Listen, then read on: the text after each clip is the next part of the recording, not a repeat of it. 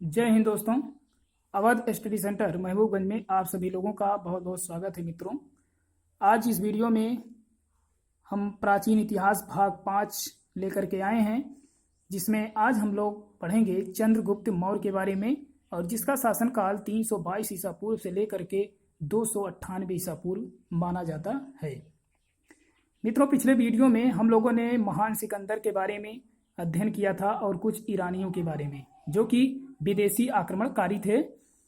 तो आज इस वीडियो में 5 भाग हम लेकर के आए हैं और आज का हमारा टॉपिक है चंद्रगुप्त मौर्य, जो कि मगध साम्राज्य के उदय ने अंततः मौर्य साम्राज्य की स्थापना का मार्ग प्रशस्त कर दिया। मौर्यों ने एक विशाल साम्राज्य की स्थापना कर राजनीतिक एकता स्थापित कर दी। इस वंश के प्रमुख शासकों में चंद्रगुप्त मौर्य, बिंदुसार व अशोक के नाम उल्लेखनीय आते हैं। बहुत ही उल्लेखनीय है दोस्तों। इसमें चंद्रगुप्त मौर्य और उसका पुत्र बिंदुसार, फिर उसका पुत्र अशोक, इन 3 नामों में ये 3 नाम जो है बहुत ही उल्लेखनीय है इस मौर्य वंश में। चंद्रगुप्त मौर्य जो होता है, ये चाणक्य की सहायता से अंतिम नंद वंशीय शासक घनानंद को पराजित कर 25 वर्ष की आयु में मगध के सिंहासन पर आसीन होता है तथा अपनी राजधानी पाटलिपुत्र में विलीन करता है। मित्रों, इसमें आप देख रहे होंगे कि प्रधानमंत्री के रूप में कौटिल्य, या इसी का नाम चाणक्य है, या इसी को जो है विष्णुगुप्त के नाम से जानते हैं। चंद्रगुप्त मौर्य जब मौर्य वंश का संस्थापक के रूप में जब मगध की गद्दी पर आसीन होता है, उससे पहले की ये कहानी है दोस्तों कि कौटिल्य की, यानी चाणक्य की। ये बहुत ही विद्वान था दोस्तों, और ये नंद वंश के दरबार में पहुंचता है, और नंद वंश के अंतिम शासक जो घनानंद होता है, ये काफ़ी इसका अपमान कर देता है, और इस अपमान में ये अपनी जटा को बांध लेता है, और वहाँ से ये प्रण करता है कि ये जटा तब तक नहीं खुलेगा जब तक मैं इस नंद वंश को समूल विनाश नहीं कर देता। इसी खोज में, एक ऐसे व्यक्ति की खोज में लगा था ये चाणक्य, जिससे ये नंद वंश को समाप्त कर सके। खोजते खोजते ये विंध्याचल के जंगलों में पहुंचता है, जहां चंद्रगुप्त मौर्य नामक व्यक्ति एक छोटे बालक के रूप में एक खेल खेल रहा था। उस खेल में नागफनी के द्वारा इसके पैर में कांटे चुभ जाते हैं, जिससे उसमें एक मट्ठा डाल रहा था, और बालकों से ये बता रहा था कि अब ना ये नागफनी रहेगा और ना मेरे इस नागफनी के द्वारा मेरे पैर में अब ये कांटे चुभेंगे। तो ये सब बातों को वहाँ पे चाणक्य देख रहा था, और इससे खुश होकर के जो है इसे 1000 कसापरसण में खरीद लेता है, और उस चंद्रगुप्त मौर्य को तक्षशिला ले जाता है, जहाँ पे वो शिक्षा दीक्षा दे करके उसे नंद वंश को समाप्त करने के लिए प्रेरित करता है। आगे है दोस्तों, इसकी राजधानी पाटलिपुत्र थी, यानी कि चंद्रगुप्त मौर्य की जो राजधानी होती है ये पाटलिपुत्र, और इसका जो राजकीय चिन्ह होता है ये मयूर होता है, और इसकी जो भाषा होती है पाली। काफ़ी बार पूछा भी गया दोस्तों, इसको जरूर, इन फैक्टों को जरूर याद रखिएगा। और अगला है शिक्षा केंद्र। तो शिक्षा जो केंद्र था उस समय तक्षशिला था। देखिए दोस्तों, यहाँ प्रधानमंत्री कौटिल्य या चाणक्य या विष्णुगुप्त के रूप में दिया गया है। जी हाँ दोस्तों, ये जो चाणक्य था, ये चंद्रगुप्त मौर्य का प्रधानमंत्री था, एक मंत्री के रूप में कार्यरत था। कुछ लोगों का मानना है कि ये इसके गुरु जो है यही था, लेकिन ऐसा नहीं है। चंद्रगुप्त के गुरु का नाम जो है भद्रबाहु था, अभी आगे हम आपको बताएंगे। लेकिन जो कौटिल्य था, ये जो है प्रधानमंत्री था इसका, चंद्रगुप्त मौर्य का। आगे है चंद्रगुप्त मौर्य के उपनाम। चंद्रगुप्त मौर्य के उपनाम में पहला है सेंडोकोइस, दूसरा है एंड्रोकोटस, और तीसरा है सेंड्रोकोप्टस। ये अलग अलग यूनानी ग्रंथों के अनुसार हैं। स्ट्रोबो, एरियन व जस्टिन ग्रंथ के अनुसार सेंडोकोइस, एपियानस व प्लूटार्क के ग्रंथ के अनुसार एंड्रोकोटस, और सेंड्रोकोप्टस इसका प्रयोग नियाकर्ष ने किया। तो ये तीनों जो है यूनानी ग्रंथ हैं, और इस यूनानी ग्रंथ के अनुसार चंद्रगुप्त के ये तीनों नाम आते हैं। अगला है दोस्तों सेल्यूकस से युद्ध।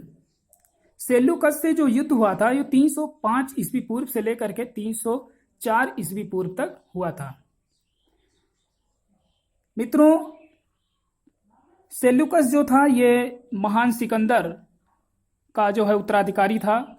सिकंदर की मृत्यु के बाद ये बेबीलोन में ये राजगद्दी पर बैठता है और जो काम सिकंदर इस भारत की भूमि पर नहीं कर पाया था उसी अधूरे काम को पूरा करने के लिए इस भारत की भूमि पर वो सेल्यूकस, यूनानी सेल्यूकस इस भारत की भूमि पर कदम रखता है और 305 ईसा पूर्व में इसका जो युद्ध होता है ये चंद्रगुप्त मौर्य से हो जाता है और इसमें बहुत ही भयानक युद्ध होता है दोस्तों, जिसमें सेल्यूकस की हार हो जाती है और इस हार के दौरान जो है 303 ईसा पूर्व में सेल्यूकस और चंद्रगुप्त मौर्य की एक संधि होती है और इस संधि के अनुसार इसमें 3 बातों को रखा गया, जिसमें पहला है कि इस संधि से खुश होकर के सेल्यूकस ने अपनी पुत्री का विवाह चंद्रगुप्त मौर्य से की, जिसका नाम हेलेना था। हेलेना दोस्तों ये काफ़ी बार पूछा गया है। हेलेना जो थी ये सेल्यूकस की पुत्री थी और हार जाने के बाद ये अपनी पुत्री का विवाह चंद्रगुप्त मौर्य से कर देता है। इस बात से खुश होकर के चंद्रगुप्त मौर्य ने सेल्यूकस को 500 हाथी उपहार के रूप में प्रदान करता है। यानी कि जब सेल्यूकस अपनी पुत्री का विवाह चंद्रगुप्त मौर्य से कर देता है तो उसी खुशी में 500 हाथी उपहार स्वरूप सेल्यूकस को चंद्रगुप्त मौर्य देता है। फिर उसके दौरान तुरंत ही सेल्यूकस जो है इस बात से खुश होकर के सेल्यूकस ने चंद्रगुप्त मौर्य को 4 राज दहेज के रूप में प्रदान करता है। मित्रों ये 4 राज काफ़ी महत्वपूर्ण है और काफ़ी बार एग्जाम में पूछे भी गए हैं, तो आइए उन 4 प्रांतों को हम लोग देख लेते हैं। जिसमें आपका है पहला एरिया या इसी को हेरात के नाम से जानते हैं, दूसरा है अराकोसिया, ये कंधार का भाग था, तीसरा है जेट्रोसिया मकराना तट का भाग था और चौथा है पेनिसदाई जो कि काबुल का भाग है। ये 4 प्रांत काफ़ी बार जो है पूछे भी गए हैं और आगे पूछे जाने की संभावना भी बनती है दोस्तों। अगला फैक्ट है सेल्यूकस ने अपने राजदूत मेगस्थनीज, जी हाँ दोस्तों मेगस्थनीज नाम था सेल्यूकस के राजदूत का नाम, मेगस्थनीज को चंद्रगुप्त मौर्य के दरबार में भेजा जिसने इंडिका नामक पुस्तक की रचना की। जी हाँ, मेगस्थनीज जो था ये सेल्यूकस का राजदूत था और जिसने चंद्रगुप्त मौर्य के दरबार में भेजा था और जिन्होंने इंडिका नामक पुस्तक की रचना की। तो यहाँ से फैक्ट बनता है कि इंडिका नामक पुस्तक की रचना किसने किया, तो मेगस्थनीज ने। और ये किसका राजदूत था, ये राजदूत था सेल्यूकस का। और किसके दरबार में गया था, तो चंद्रगुप्त मौर्य के दरबार में गया था। अब देखिए दोस्तों आगे है चंद्रगुप्त मौर्य के गुरु का नाम भद्रबाहु था जो कि जैन आचार्य थे, यानी कि जैन धर्म को मानने वाले थे और जैन धर्म के गुरु भी थे। तो इस प्रकार जो है इनसे शिक्षा दीक्षा लेकर के जो है चंद्रगुप्त मौर्य जैन धर्मी बन जाता है और ये श्रवणबेला यानी कि मैसूर कर्नाटक में है। श्रवणबेला के चंद्रगिरी पहाड़ी पर 298 ईस्वी पूर्व में सल्लेखना विधि से ये प्राण त्याग देता है। सल्लेखना विधि का मतलब होता है उपवास, कहने का मतलब है बिना कुछ खाए पिए ये जो है अपने प्राण को त्याग देता है। और इससे पहले ये अपने बिंदुसार पुत्र को गद्दी पर बैठा देता है। तो इस प्रकार से जो है चंद्रगुप्त मौर्य का अंत हो जाता है और चंद्रगुप्त मौर्य ये जैन धर्मी था, यानी कि जैन धर्म को मानने वाला था, जैन धर्म का पोषक था। तो मित्रों ये था जो है मौर्य वंश के संस्थापक चंद्रगुप्त मौर्य की कहानी। आगे हम इसके पुत्र बिंदुसार की कहानी को लेकर के आएंगे। ये जो है 6वां भाग बनेगा अगला। और मित्रों आप लोग इस चैनल को सब्सक्राइब कर लीजिए, बेल आइकन की घंटी को भी बजा दीजिए ताकि यहाँ से जो भी वीडियो अपलोड हो वो आप तक सुगम और सरल विधि से पहुँच सके। तो मित्रों ये वीडियो आप लोगों को कैसा लगा कमेंट बॉक्स में अवश्य बताएं और अपने मित्रों को भी शेयर करें। बहुत बहुत धन्यवाद।